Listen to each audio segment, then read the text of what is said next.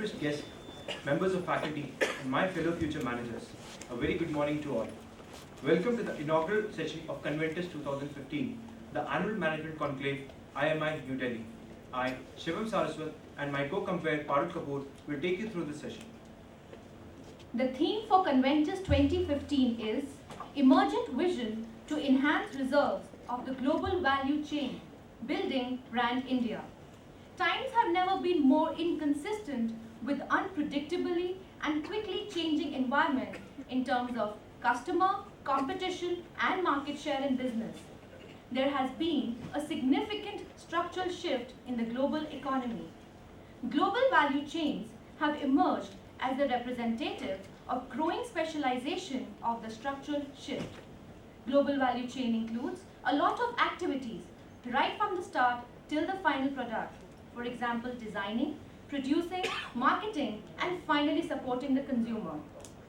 India has proven its mettle in the service industry, whereas manufacturing needs are being taken care of by our neighbor China.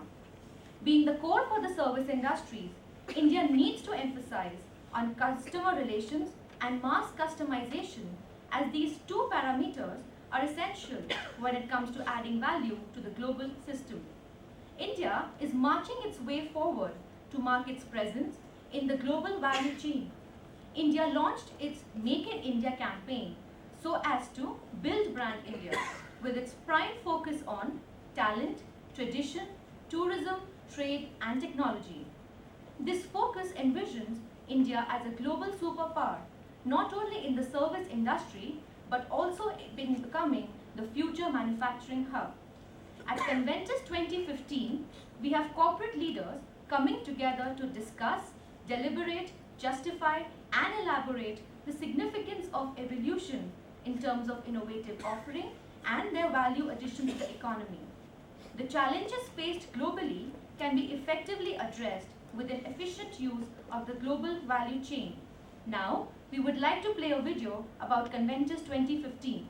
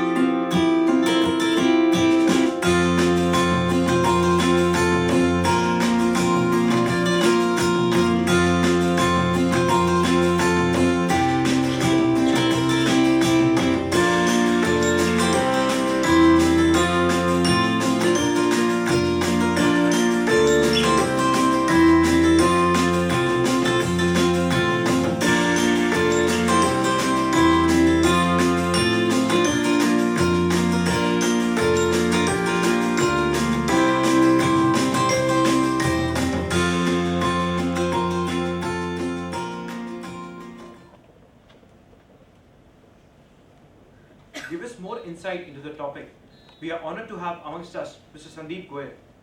I would request our Dean Academics and Alumni Affairs, Professor B.A. Maitre, to present our chief guest with a bouquet as a token of respect.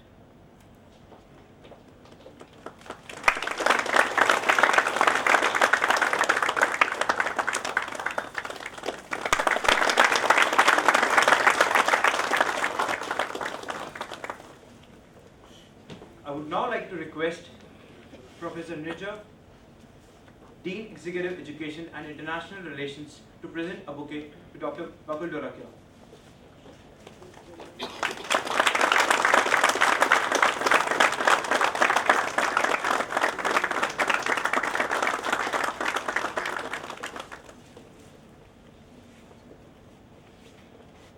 I now request our Director General, Dr. Bakul Dorakia, and our Chief Guest, Mr. Sandeep Goyal, to kindly light the lamp of learning and open the ceremony. I also request Professor Nirja and Professor Maitre to please join them.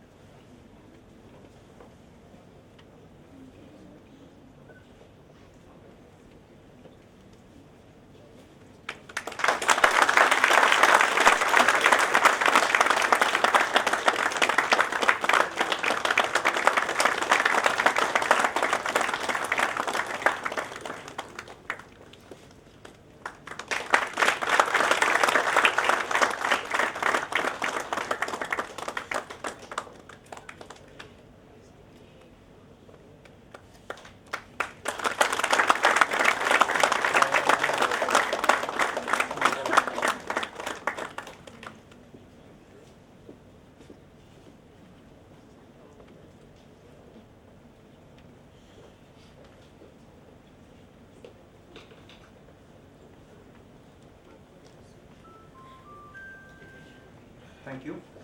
Now I will request the General Secretary of Student Council, Shashwat Goyal, to kindly brief us about Conventus 2015.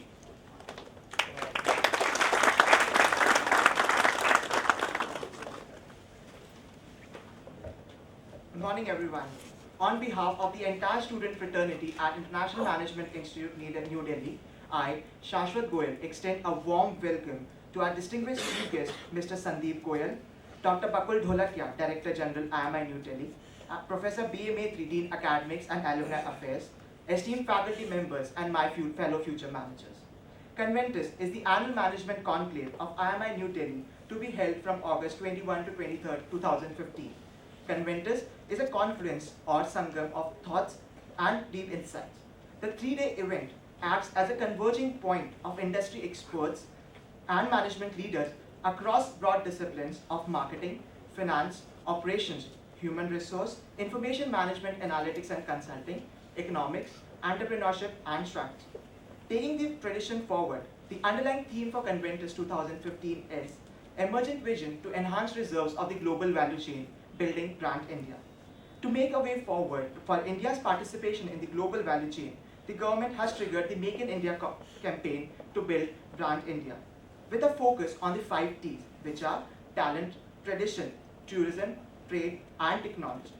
The concept of global value chain not only challenges the conventional view of looking at economic globalization, but also the policies that need to be framed around it. The need of the hour is to identify and overcome these challenges in order to shift the focus towards opportunities and achieving a strategic competitive advantage along the length of the entire value chain. This will help India to redefine its scope and rediscover its potential so that these reserves of the globe can be trapped efficiently and utilized effectively. The conclave shall have a live streaming so that we could share the plethora of thoughts beyond IMI as well.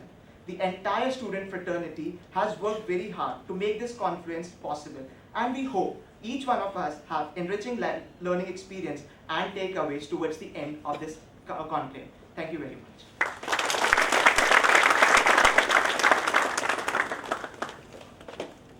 Thank you, Shashwat. We would now like to introduce our Director General, Dr. Bakul Dolakia, Padma Shri. Sir needs no introduction. Dr. Bakul Dolakia is currently the Director General of International Management Institute, Delhi. Dr. Bakul Dolakia was one of the most successful directors of IIM Ahmedabad. Dr. Bakul Dolakia, prior to joining IMI, was the director of Adani Institute of Infrastructure Management and Gujarat Adani Institute of Medical Science, Bhuj. Dr. Bakul Dolakia is a gold medalist from Baroda University and holds a doctorate in economics. Dr. Bakul Dolakia has over 46 years of professional experience, including 33 years in IIM Ahmedabad. During the course of his long tenure at IIM Ahmedabad, Dr. Bakul Dolakia occupied the Reserve Bank of India chair from 1992 to 1999, served as the dean from 1998 to 2001, and as the director of the institute from 2002 to 2007. Dr. Bakul Dolakia has received the Best Professor Award for his teaching in the postgraduate program at IIM Ahmedabad. He has guided 20 PhD professors, PhD students specializing in economics, finance, business policy, and public systems at IIM Ahmedabad. He has been a consultant to various national and international organizations. In 2007, Dr. Bakul Dolakia was awarded Padma Shri by the Government of India in recognition to his distinguished services in the field of education. The Global Foundation of Management Education, jointly formed by the Association of American and European Business Schools, has nominated Dr. Bakul Dolakia as a member of the board of GFME representing Asia in 2006. In 2008, Dr. Bakul Dolakia was awarded with the Bharat Asmita National Award for his contribution to management education and teaching by the Honorable Chief Justice of India. Dr. Bakul Dolakia has been a major guiding force behind the numerous initiatives and expansions of activities in IIM Ahmedabad, contributing to his enhanced international image and recognition. His achievements in institution building have been nationally and internationally acclaimed. Dr. Bakul Dolakia has been a board of member of Reserve Bank of India Western Area Board from 1993 to 2001. In recognition to his efforts to improve the quality of management education, Government of India had appointed Dr. Bakul Dolakia as the chairman of the National Board of Accreditation for Technical Education in India from 2005 to 2008. He has also served as an external director on the board of several public and private sector companies. He has an extensive experience of conducting executive development programs for top management for leading companies and also for senior bureaucrats in India and abroad. He has also served as a member of jury for various corporate excellence awards and selection committees for CEOs. Over the last 2 decades, Dr. Bakul Dolakia has worked on numerous government committees, the recent ones of the being Rangarajan Committee on Pricing and Taxation of Petroleum Products in 2006 and the expert group of pension fund constituted by the Government of India 2008. The Competition Commission of India has appointed Dr. Bakul Dolakia as a member of Eminent Person Advisory Group, which serves as a think tank to give broad inputs and advice on larger issues impacting market and competition. Dr. Bakul Dolakia is an author of 3 books, 12 books, 28 monograms, and more than 50 research papers published in professional journals in India and abroad. His areas of specialization include business economics, corporate strategy, development economics, and public entrepreneurship management. Sir, we welcome you to request the audience.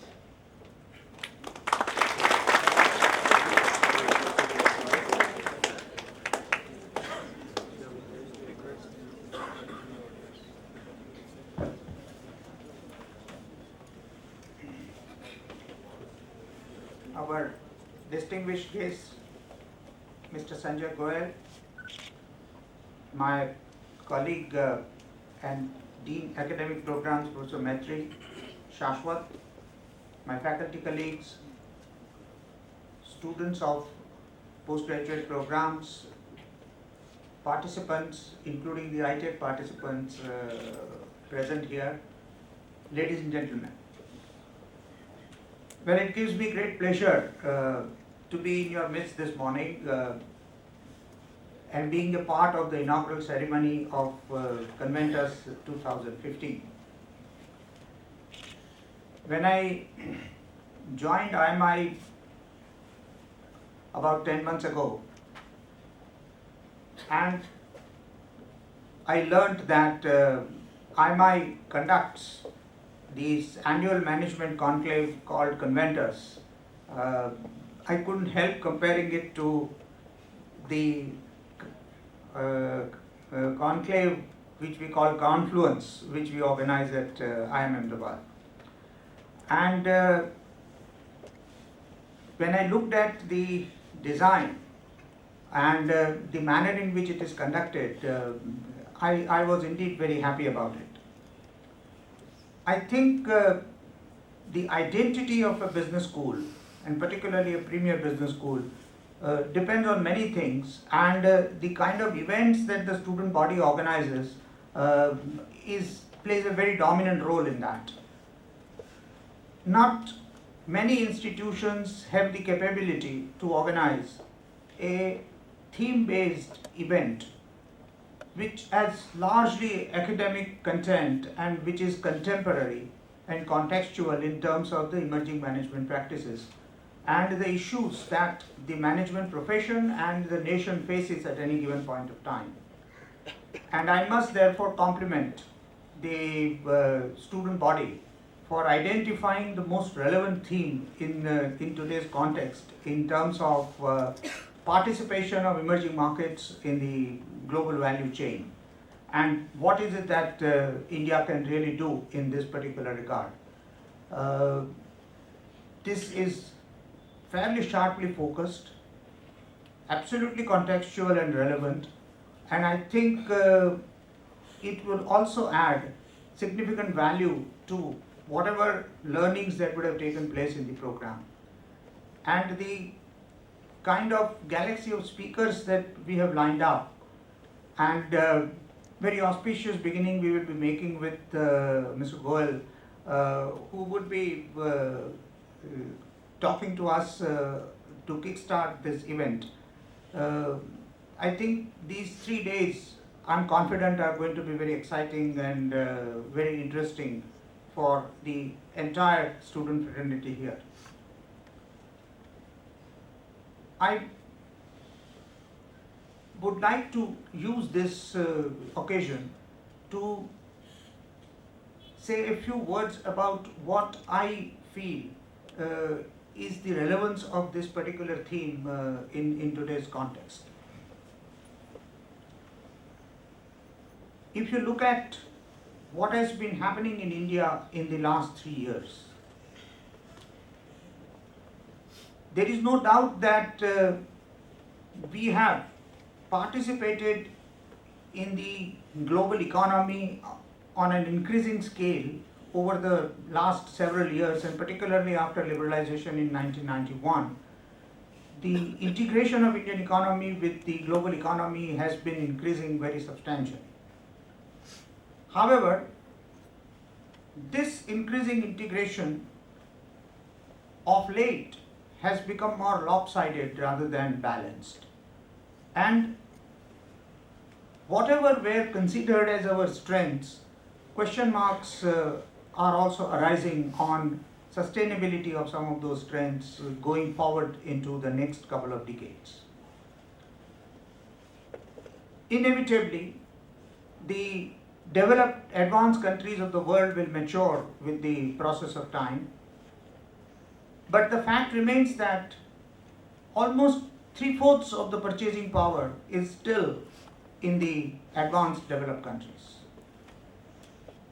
Their additional income generation processes might have slowed, but their sheer size means that even a 2 or 3% growth in those countries brings about additional purchasing power, which is substantially more than what the emerging markets could really have.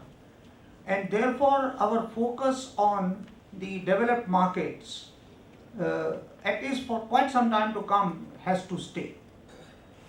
Now, the question is that while emerging economies have started growing at a much higher rate as compared to the global markets, the enhancement of the growth potential and therefore reaching the next level of development for these emerging market economies very much depends upon participation in what is now popularly called the global supply chains. And of course, many countries have formed regional blocks, and therefore the regional supply chains have also become very, very important. Unfortunately, India has failed to participate in this emerging world economic order because, quite frankly, we are not a part of any major regional trading bloc. Come to think of it, I mean, we are a part of SAARC, and SAARC, until the new government took over in 2014, was more of a joke rather than a regional trading bloc per se. I mean, there was hardly anything that was, I mean, SAARC was having inherent problems because the countries of SAARC were not getting along with each other. I mean, and there are a lot of problems between nations. In any case, India is disproportionately large with respect to the remaining SAARC members for India to really benefit significantly out of SAARC. Whereas every other nation, barring China, is a part of a major regional trading bloc. Now, so that route was not that easily available. It was the UPA government that made a lot of efforts to get into the ASEAN trading bloc, with some success but not a very major success, because ASEAN is a reasonably close group. But the fact remains that ASEAN as a trade entity, the growth has been spectacular in relation to the most other countries in the world. Now, it is in this context that building strong international linkages, establishing strong economic partnerships with countries, and that is why the new Prime Minister has embarked upon bilateral route in order to build linkages with the rest of the world, because strong economic ties which are focused both on trade and investment is an integral part of the future vision for this nation. It is good to dream of being a part of the Super League and among the top 3 in the world, but the top 3 in the world cannot be merely by way of size. It has to also bring with it the quality of a developed nation, the diversity of a developed nation, and all of that is not possible without establishing very strong linkages with the rest of the world. And therefore, our Prime Minister has been reaching out to each and every nation that would matter, because that's the closest substitute you can have to not being a part of any formidable trading bloc.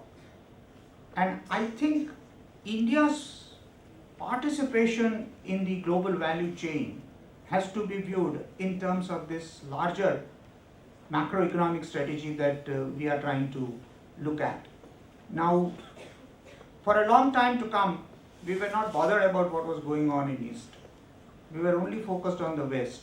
And I think we are trying to bring a lot more balance. And if you look at the developments of the last 10 years, I mean, many of you may be surprised, but in the year 2005, if you look at the trade statistics, India ran a trade surplus with China. Can you believe that? That in 2005, we had a trade surplus with China, and today we are running a massive, huge trade deficit with China. So much so that it sinks your trade balance completely. So this is basically implying that for 10 years, while we kept on taking strategic initiatives at the thought level, we did not do much at the action level. And that is the reason why we could not, what was an advantage got converted into a disadvantage. And we cannot allow these things to carry on. So therefore, the big plans that we have, now whether you talk about Make in India, that is a Make in India movement, or you talk about the Skilling India movement, nothing of this is going to fructify unless we are able to ensure effective participation in global value chains. And this government is very well aware that participation in global value chain requires some basic action at every stakeholder level. obviously the government is the most important stakeholder, and therefore you have to put your policy framework in order. You have to improve the ease of doing business in India. You have to create a policy environment that is conducive for India's participation. And of course, the regulatory framework has to be modified in order to allow this.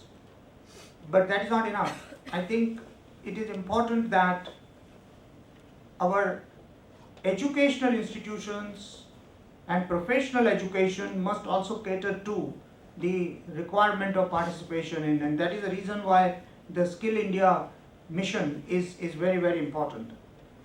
Beginning from vocational education to higher education and professional education, the integration has to take place, because participation in global value chain jumps the barrier of being able to finally sell a branded finished product in the destination markets and enables you to participate at intermediate stages.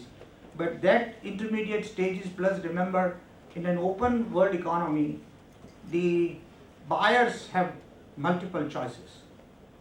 And unless you ensure quality, unless you are cost competitive, and unless you are a reliable supplier, where the reliability it becomes a very, very important. Now, unless you meet all these requirements, your participation in the global value chain is not going to be very effective. Let us also understand that while we have derived a competitive advantage in the offshore services, our competitive advantage in hardcore manufacturing still remains a question mark.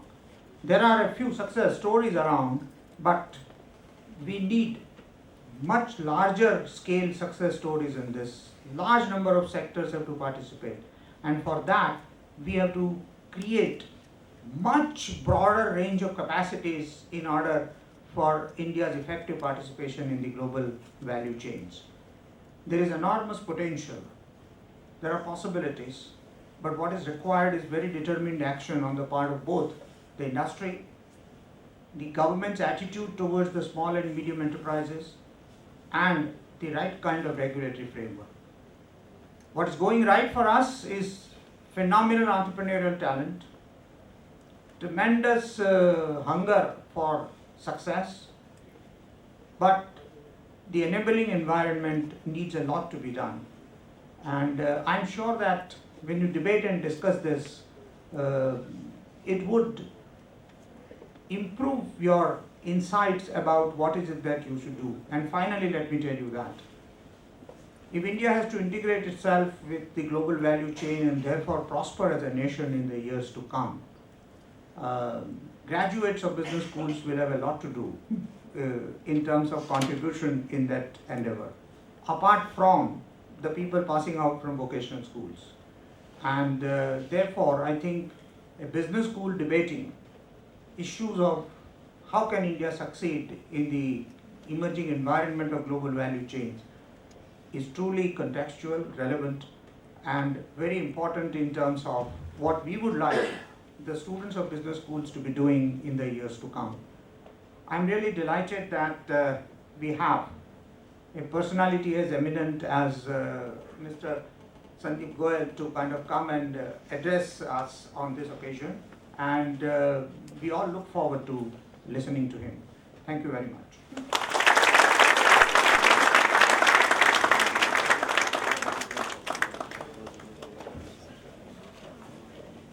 Thank you, sir. We would like to introduce our chief guest, Mr. Sandeep Goyal. Mr. Sandeep Goyal is the Vice Chairman of the Mugai Group. He is a renowned name in the world of media and communications. He has also served as the Group Chairman of Denso India Operations from 2003 to 2011. His prior associations include serving as Group CEO of Zee Telefilms. He has also served as President of an ad agency, Rediffusion DY&R. Currently, Mr. Goyal is Chairman of Mugai Media. Mr. Sandeep Goyal is an MBA from FMS Delhi 1984 batch. He completed his graduation in English Honours Literature securing a gold medal from Punjab University. He has completed his schooling and college from Chandigarh. He has also been associated with governing bodies of the Advertising Agencies Association of India, Indian Broadcasting Foundation, Advertising Standards Council of India, Media Research Users Council, and the US-based National Academy of Television Arts and Sciences over the years. He is also the first Indian to be on the global jury of the Emmy Awards 2002. Mr. Goyal wrote The Dum Dum Bullet, a bestseller on the business of advertising in 2003. In 2014, Conjo, The Fighting Spirit, stands as a sequel to The Dum Dum. We welcome you, sir. I request our chief guest, Mr. Sandeep Goyal, to kindly share a few words with us.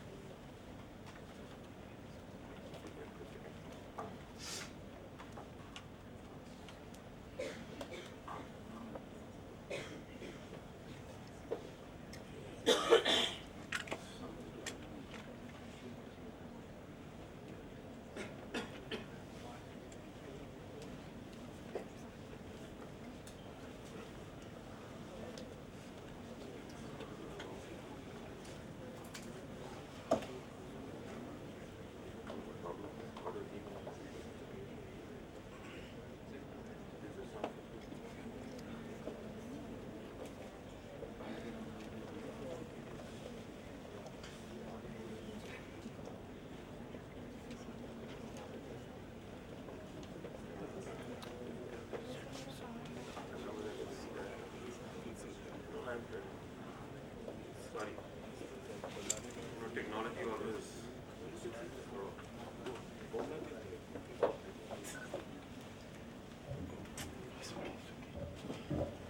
Good morning. Professor Dorothea, Professor Mati, members of the faculty, young managers, I'm privileged to be here. The reason I'm here is my senior, Professor Nalin Jain, called me up a few days ago. We connected after, I think, 30 odd years. And he said to me, we're having this convention and you must come. And when I was at FMS, he was the convention secretary, and when he ordered, I couldn't really say no. The only small little communication gap that happened, and I'm an advertising guy, so the most important part of being in advertising is you've got to get the brief right. Now, when Professor Nalin gave me the brief, he said, there's going to be a minister and there are going to be some speakers. You'll be one of them. So I said, Nalin, how long do I have to speak? So he said, about 10 minutes. So I said, that's fine. For an advertising guy to get up and gas for about 10 minutes, not that difficult. So then he spoke to me 2 days ago. He says, the student body has written you a mail and you haven't responded. So I didn't have the heart to tell him I don't read the mails. So in any case, so I said, Nalin, so 10 minutes. So he said, no, not 10 minutes, 15 minutes. Now that started to get me a little worried because, 10 to 15 was stretching it 50%. So I said, I am going into management school and the kids there, these days are very, very bright, and so 15 minutes maybe I should prepare a little. And this morning when I finally came in to see Professor Dorothea, he says, you're going to be the chief guest and you're going to have to speak for at least 45 minutes. They're giving me that kind of slot. So we got the brief a little wrong. So if I meander or if I tend to overstate a few things, it's just because I'm buying time. So I got actually a little flummoxed when they sent me this title to this entire convention. It said, Emergent Vision to Enhance the Reserves of the Global Value Chain, Building Brand India. I'll be honest with you, I don't understand global value chain. And whatever Professor Dorothea has said is actually enlightenment to me. So everything that had to be said on that subject has already been done.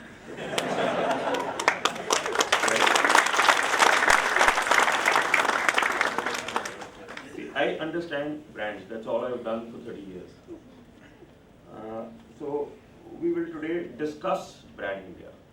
Now, honest to God, if I had prepared a little more, we could have got into fairly micro issues on Brand India.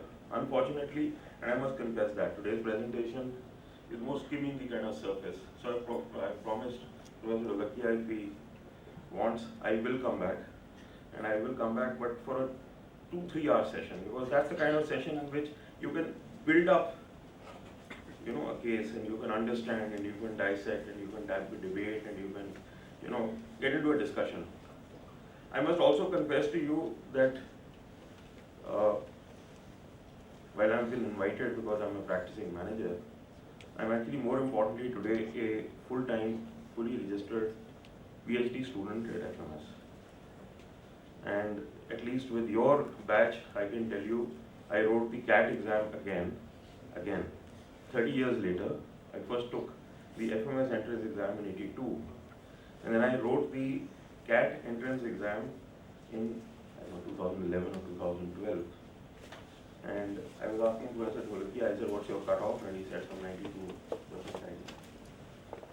I managed a 97th percentile in this attempt, and I'm now a fully registered PhD student at FMS. More importantly, and the fun part of it is that a year ago, I spent actually a full year in class with the MBA second year batch. So I've written and passed 8 courses, including consumer behavior.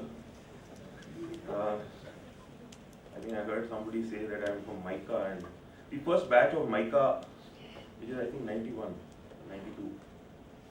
I ran the full consumer behavior class at MICA that year. They couldn't find a professor. I was working in Mudra, so I was sort of, packed off. So every weekend I used to steam off to Ahmedabad and run everybody through what was supposed to be consumer behavior. So these days when I go into various ad agencies and go into various client offices, I have many not so young, now slightly graying, gentlemen who are MDs of agencies and so on and so forth will come to me and, eventually sort of almost touch my feet and say, sir, I used to be in your class. I say, class? Which class, yeah? Then I suddenly remember, yeah, I made a consumer behavior before. This has been good fun. We'll spend the next, 30-40 minutes, discuss a few issues, table a few perspectives. If we have time and if Professor Dholaki allows, we can even take a few questions at the end of it. I will again confess, but I must confess, this is not a fully baked presentation. I'm used to better stuff, so that is, nevertheless, let's get started. You see, am I getting it right? Like in every class, I suppose, when you go in, the first thing they tell you must get your basics right.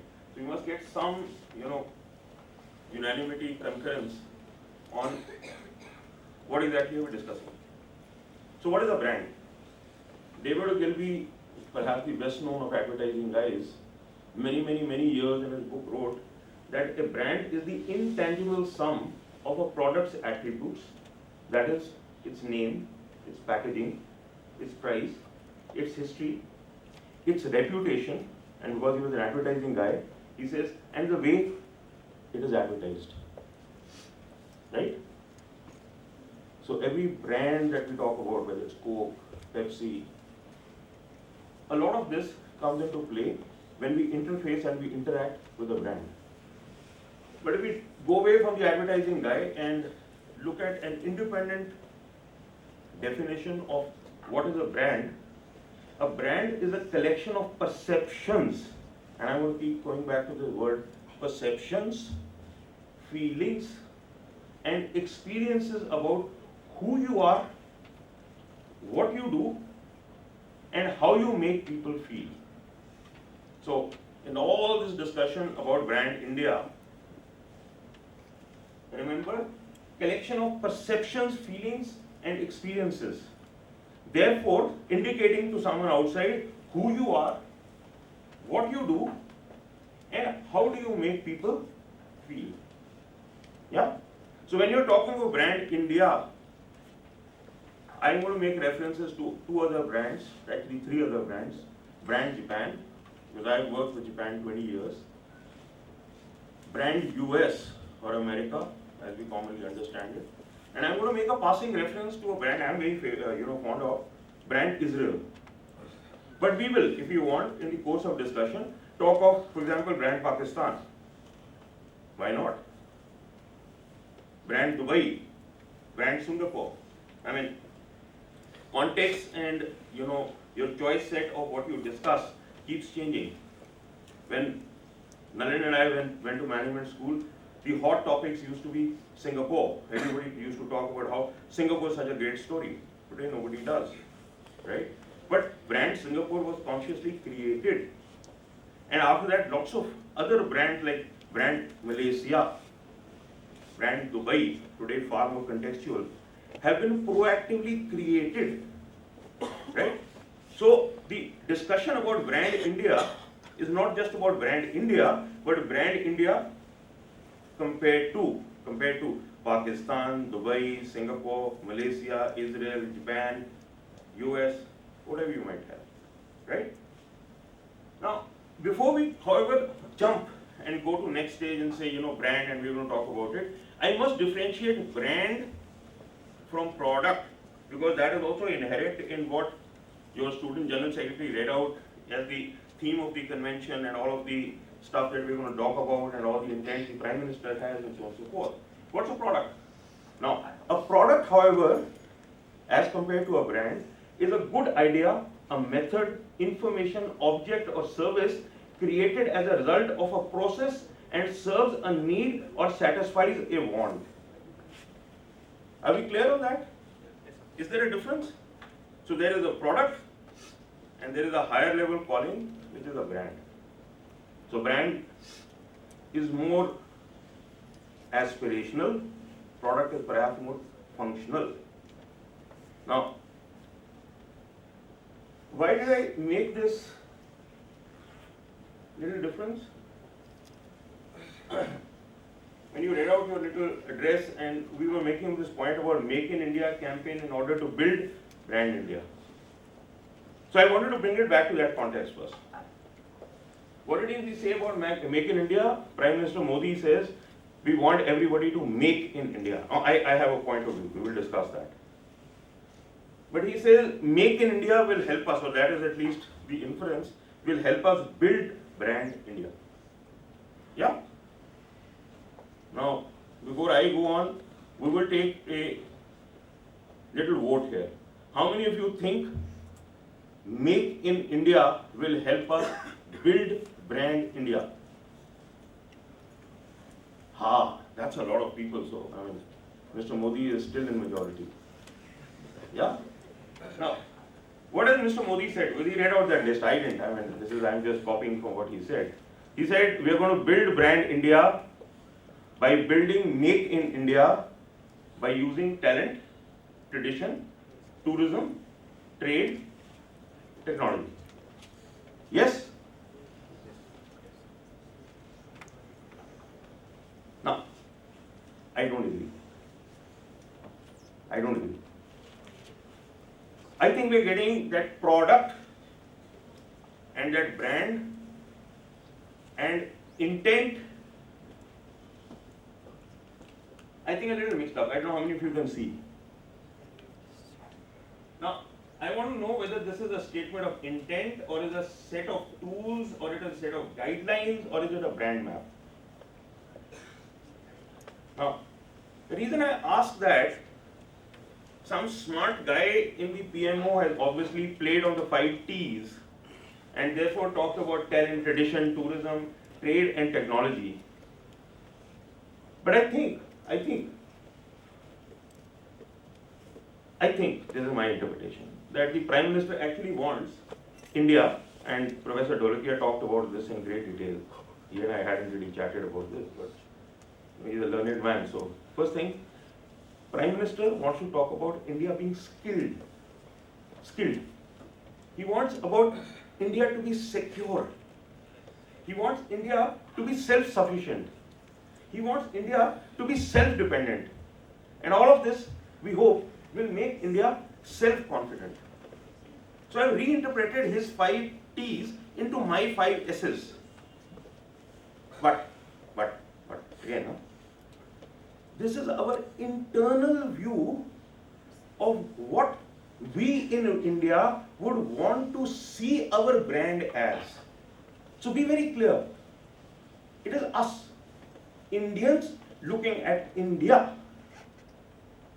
Because if you're the US, you give a damn whether India is self-sufficient or self-confident or self-dependent. This is internal to us. Now, externally, and despite all the criticism he gets, and Professor Dholakia talked about how much the Prime Minister is today investing in bilateral relations. So, traveling to Japan, traveling to China, traveling to the US, traveling to Dubai recently, and so on and so forth. What does he want people outside to believe we are? I think, first and foremost, because we've been somewhat good at it, and I'm going to qualify that, saying somewhat good at it, but we have large reservoirs, the largest set of engineers passing out anywhere in the world. So he wants the world to know that we are tech, we are good at technology. Would you all agree? Yes. Yeah? So he had 5th point in that list was technology. I brought it at number 1. 2. We want ourselves to be seen as being talented. I could have used a better word. The actual word I wanted to use was innovative.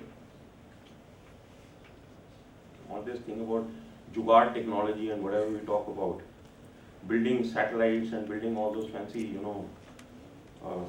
Surya yans or whatever yans, which fly at a fraction of the cost. The word was more in my mind was innovative, but because we're playing with the T's, I had to stay with the T's. So I said, okay, tech is good enough and talented is good enough. Our best salesman today is actually Prime Minister Modi. What is he conveying to everyone? He is conveying to everyone our willingness to do business. Willingness to do business. We are open to business. Come, manufacture it in India. Come, we will collaborate with you. Come, we will do business with you. Something we haven't said to people in a long, long time. I know there are some foreigners in our midst today, but I'm sure each of you will remember way back in history, what was India? सोने की चिड़िया, हाँ? सोने की चिड़िया हिंदुस्तान में क्या होता था? दूध के दरिया चलते थे, दूध की नदियां चलती थी, हाँ?